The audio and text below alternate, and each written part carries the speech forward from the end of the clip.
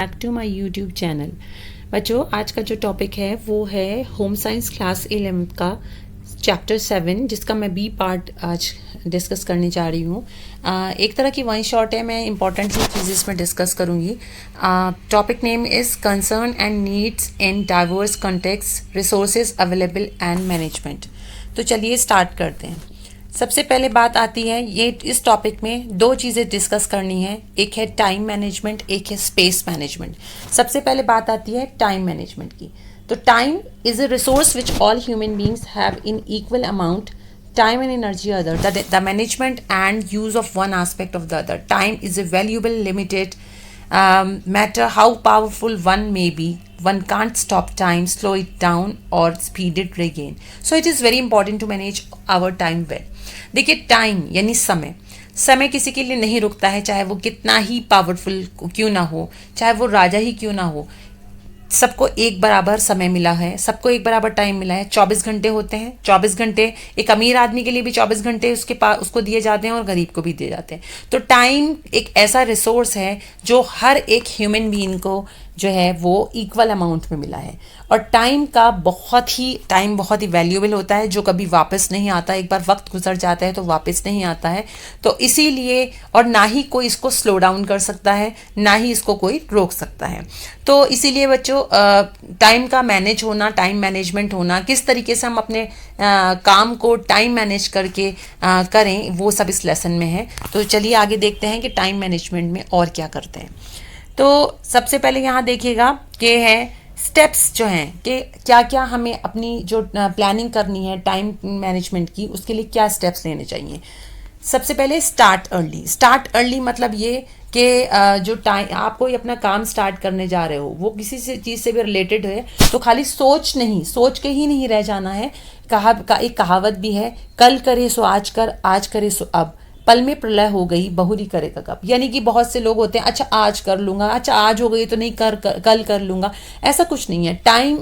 काम जो है हमेशा वक्त पे हो जाना चाहिए, वही काम सही रहता है। फॉर एग्जाम्पल, अगर बच्चों को हॉलीडे होमवर्क मिला है, ये ज़्यादातर बच्चे करते ही हैं कि वो टालते रहते हैं और कि हाँ लास्ट के दिनों में हम कर लेंगे। तो अगर बेहतर यही होगा कि हॉलीडे होमवर्क को पोस्टपोन ना करते हुए शुरू में इनिशियल डेज में कर लो, ताकि बाद में आराम से खेल लो। ऐसे बहुत सा होता है कि बच्चों को राइटिंग मिली होती है, 1 पेज रोज करना है, वो 1 पेज रोज नहीं करते, लेकिन जैसे ही स्कूल खुलने वाला होता है वो लाइन से मतलब उसी एक दिन में 4-4, 5-5 पेज करते हैं। तो सिर्फ क्या होता है, वो राइटिंग भी अच्छी नहीं होती है, ना कोई इंप्रूवमेंट आता है। तो काम को जब हो समय पे काम कर लेना चाहिए, टालना नहीं चाहिए। दूसरा है सेट अ रूटीन को आप सेट कर लो। यानी कि कोई काम अगर करना है तो उस काम को कि हमें दिन में किस टाइम क्या काम करना है, वो रूटीन सेट हो जाता है, तो उससे काम समय पे हो जाता है। तीसरा है सेट प्रायोरिटीज से मतलब यह है कि आप इंपॉर्टेंट जो काम है, जो आपका सबसे पहले आना चाहिए, वो काम सबसे पहले सेट करो, उसके बाद दूसरा। जैसे कि अगर होमवर्क भी मिला है और नेक्स्ट डे टेस्ट भी है जिसके आपके नंबर काउंट होने हैं, ठीक है, तो आप पहले अपना वो काम करो, यानी आप अपना याद करो टेस्ट का, ताकि जो इंपॉर्टेंट है, और उसके बाद अपना होमवर्क कर लो। फिर है लर्न टू से no.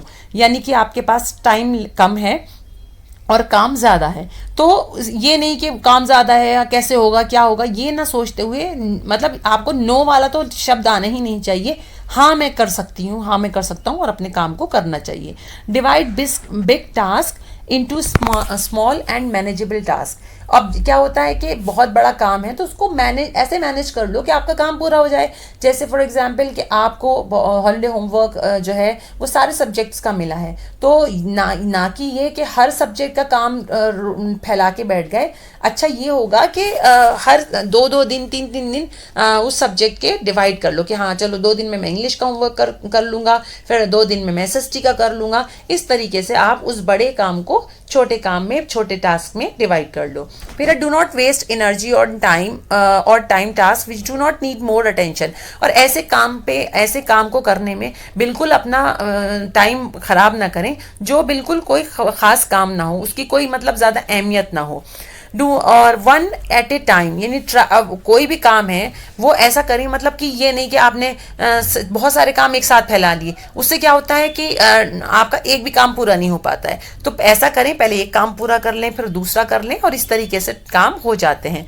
Fix a time limit, अब एक टाइम लिमिट जो है वो आप फिक्स कर लें। जैसे आप एक अपना सपोज आप एक अपना पढ़ने का टाइम टेबल बना रहे हैं, तो जो सब्जेक्ट ज़्यादा हार्ड लगते हैं आपको, उस सब्जेक्ट को आप ज़्यादा टाइम दो, और जो सब्जेक्ट आपको ईजी लगते हैं उनको आप कम टाइम दो। इस तरीके से आप टाइम को मैनेज कर सकते हो। शेड्यूल योर एक्टिविटीज़, अब अपनी एक्टिविटीज़ को एक शेड्यूल कर लो कि हाँ मुझे ये एक्टिविटी इस वक्त करनी है, ये वाला काम मुझे इस टाइम करना है, और इन चीज़ों से जो है आप अपना एक्टिविटीज़ को पूरा कर सकते हो ऑन टाइम। अब फिर बात आती है कि टूल्स क्या होने चाहिए टाइम मैनेजमेंट के। तो सब टूल्स में क्या है, जैसे फर्स्ट है peak load period. Peak load period मतलब ये मैक्सिमम जो है वो टाइम, बहुत सा it is a maximum load of work. ज़्यादातर जो काम होता है वो किस टाइम पे, दो टाइम पे ज़्यादा होता है। तो मॉर्निंग का ऑफिस टाइम होता है या इवनिंग का टी टाइम होता है। तो जो ये जो है टूल टाइम मैनेजमेंट के टूल्स हैं। वर्क कर्व, एक वर्क कर्व है, it is a graphic representation of work done during a specific time. और उसके बाद है रेस्ट और ब्रेक पीरियड। ब्रेक पीरियड भी आप मैनेज करें, या मतलब रेस्ट भी लेना चाहिए काम के बीच में, बट ये ना हो कि आपने काम तो किया 1 घंटे का और रेस्ट ले रहे हैं 2 घंटे का, तो वो आपको कोई खास टाइम तो अच्छा मैनेज नहीं होगा। वर्क सिंप्लीफिकेशन, वर्क सिंप्लीफिकेशन का मतलब होता है अपने काम को सिंपल तरीके से करना, जल्दी करना, ना कि उसको डिफिकल्ट बना देना काम को। तो वो आप उससे क्या होता है, अगर हम अपने काम को सिंप्लीफाई करके करते हैं, सिंपल करके करते हैं, तो उससे हमारा काम जो होता है वो टाइम पर हो जाता है और कम समय में होता है। फिर उसके बाद आता है स्पेस मैनेजमेंट क्या होता है। देखिए, space management refers to the proper and judicious planning and organizing space in a functional and aesthetic manner. Space मतलब क्या होता है, जगह। अब यहाँ पे ये है कि आप अगर इसको बात करें कि हम जैसे एक घर की बात कर लें कि हमें घर में सेटिंग करनी है, ठीक है, तो एक कमरा है। अब उस कमरे में स्पेस तो है बट आपने बहुत सारा सामान भर दिया, उल्टे सीधे तरीके से भर दिया है, तो वो कमरा जो है क्या है, बहुत भरा भरा लगेगा। तो हम अगर उसी कमरे के हिसाब से उसके हिसाब से फर्नीचर डालें और लाइट कलर करवाएं उसमें, तो हमें बड़ा लगेगा। तो स्पेस मैनेजमेंट का जो काम होता है, अगर उसको प्रॉपर तरीके से किया जाए एस्थेटिक मैनर में, तो वो अच्छा रहता है। अच्छा, प्रिंसिपल ऑफ स्पेस मैनेजमेंट क्या होते हैं, जैसे सबसे पहला है aspect. Aspect refers to the arrangement of doors and window in the external walls of the building which allows the residents to enjoy nature. अब क्या होता है कि एस्पेक्ट में आता है कि आप अपने घर का जो विंडो है, डोर, इस तरीके से जब अगर घर बन रहा है तो इस तरीके से होना चाहिए कि वो वेंटिलेशन खूब अच्छे से हो, अच्छे से आप बाहर की सीनरी देख सको और प्रॉपर हवा आ सके। फिर है prospect. Prospect refers to the impression और impact made by a house when we look it from outside. घर ऐसा भी होना चाहिए, मैनेजमेंट ऐसा भी होना चाहिए, घर इस तरीके का भी होना चाहिए कि अगर आप बाहर से देखें तो वो जो उसकी अपीयरेंस है वो बहुत अच्छी लगनी चाहिए। प्राइवेसी जो होती है वो is the most important part of space planning. अब वो दो तरह की होती है, एक होती है इंटरनल प्राइवेसी और एक होती है एक्सटर्नल प्राइवेसी। इंटरनल प्राइवेसी के अंदर आता है कि internal privacy refers to a privacy of one room from another. It is attained by careful planning of the interiors of the house with respect to grouping of rooms, positioning of doors, provision of small corridors or lobby, etc. Setting up screens or using curtains can be help to create privacy. अगर दो rooms जैसे बराबर में है और उनमें दरवाज़ा भी है, मतलब उसमें बीच में खुला भी है, तो फिर आप उसको प्राइवेसी ऐसे कर सकते हो, आप कर्टेन्स डाल सकते हो, आप चैनल लगा सकते हो, ठीक है। तो इस तरीके से इंटरनल प्राइवेसी का ख्याल रखा जा सकता है। एक्सटर्नल प्राइवेसी में क्या आता है, एक्सटर्नल प्राइवेसी में आता है कि जो घर के बाहर क्या जो एरिया रहता है ना, जैसे तो आप कैसे आप अपना एक्सटर्नल कर सकते हो, जैसे बाउंड्री है, थोड़ा सा घर के बाहर बाउंड्री होती है, फेंसिंग कर देते हैं या फिर पेड़ खड़े कर देते हैं चारों ओर, ताकि आपकी जो बिल्कुल एक घर से दूसरा घर बिल्कुल लगी हुई दीवार ना हो, तो थोड़ा आउटसाइड पे अपनी बाउंड्री वॉल कर देते हैं या फिर बैम्बू स्क्रीन्स लगा देते हैं। फिर ग्रुपिंग आता है। ग्रुपिंग में क्या आता है, grouping it refers to the arrangement of different rooms in respect to their relative position with other. For example जैसे किचन है, वो किचन अगर आप किचन बना रहे हो तो किचन आपका डाइनिंग एरिया के बराबर में होना चाहिए। उससे क्या होगा कि आपका समय भी नहीं खर्च होगा। जैसे किचन से कुछ खाना रखना है तो फौरन से बराबर में रख देंगे। और जो टॉयलेट है वो दूर होने चाहिए, किचन के नज़दीक टॉयलेट अच्छा नहीं लगेगा तो, और सही भी नहीं रहता है अगर हाइजीन के पॉइंट से देखो तो। और फिर है रूमीनेस। रूमीनेस क्या होता है? Roominess refers to the spacious effect given by a room. किसी रूम को एक स्पेशियस मतलब एक बहुत ज्यादा एरिया वाला इफेक्ट देना रूमीनेस है। The whole space should be optimally utilize. For example built in wall, जैसे कबर्ड है, अगर अलग से कबर्ड ना लाके आपने वॉल में कबर्ड फिट करा ली है तो उससे भी रूमीनेस होती है। फर्नीचर रिक्वायरमेंट्स से मतलब बात होती है कि जो भी जैसे कमरा है तो कमरे की साइज के हिसाब से फर्नीचर होना चाहिए। नहीं कमरा छोटा है और सोफा बड़ा आ गया है, बेड बड़ा आ गया है, तो उसके हिसाब से ही उसकी जो फर्नीचर है उसी के हिसाब से होना चाहिए ताकि जो कमरा है वो बड़ा लगे। और ऐसा भी स्पेस होना चाहिए, निकलने का भी स्पेस होना चाहिए। Sanitation usually refers to the providing sufficient natural light होनी चाहिए और प्रॉपर वेंटिलेशन होना चाहिए। क्लीनिंग की फैसिलिटीज भी होनी चाहिए। और फिर है सर्कुलेशन। गुड सर्कुलेशन के अंदर includes an independent entry to each living space.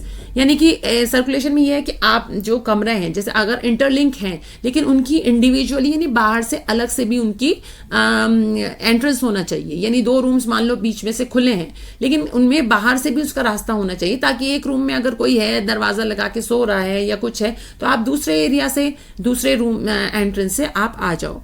फिर है practical consideration. While planning spaces, strength and stability of the structure, convenience and comfort of the family, simplicity, beauty and provision for expansion in future etc. should be kept in mind. जब भी आप कोई planning कर रहे हो space की तो उसमें अपने फैमिली के कंफर्ट का बहुत ज़्यादा ध्यान रखना चाहिए। एलिगेंस मतलब the overall effect produced by the general layout of the plan of the house is known as elegance. यानी पूरे अपने हाउस का जो लेआउट है उसको अच्छे से ध्यान रखना, उसकी प्लानिंग करना, वो क्या होती है? एलिगेंस होता है। Without compromising on economy the space plan should be. मतलब आपका स्पेस प्लान ऐसा होना चाहिए जो अट्रैक्टिव होना चाहिए, जो एस्थेटिकली अपीलिंग मतलब आपका अच्छा लगे देखने में। तो कुछ सजेशंस ऐसे भी हैं जिससे ऐसा लगे कि आप स्पेस कर सकते हो, जैसे कि फोल्डिंग फर्नीचर ले लिए, ठीक है। और उसके अलावा ये है कि सिर्फ जितने फर्नीचर आपको ज़रूरत है उतना ही लें। और लाइट कलर के फर्नीचर, लाइट कलर की दीवारें हों तो उससे भी स्पेस लगता है। और इसके अलावा है कि लाइट कलर के ही रूम्स के पर्दे हों तो उससे अगर छोटी जगह है तो उसमें स्पेस लगता है। और बहुत बड़े बड़े फर्नीचर्स ना हों, और ये सब चीज़ों का ध्यान अगर रखा जाए तो स्पेस मैनेजमेंट किया जा सकता है। तो आज के इस वीडियो में हमने टाइम मैनेजमेंट और स्पेस मैनेजमेंट के बारे में पढ़ा। आई होप आपको समझ आ गया होगा, क्योंकि ये 1 शॉट है तो रिवाइज करने के हिसाब से ही पढ़ाया है और बाकी आपने चैप्टर में पढ़ा ही होगा। तो आई होप आपको अच्छा लगा होगा। अच्छा लगा हो तो प्लीज़ लाइक कीजिए, शेयर कीजिए और मेरे चैनल को सब्सक्राइब कीजिए। लाइक ज़रूर कीजिए ताकि मुझे मोटिवेशन मिले और मैं आगे भी वीडियो डालूँ। Thank you.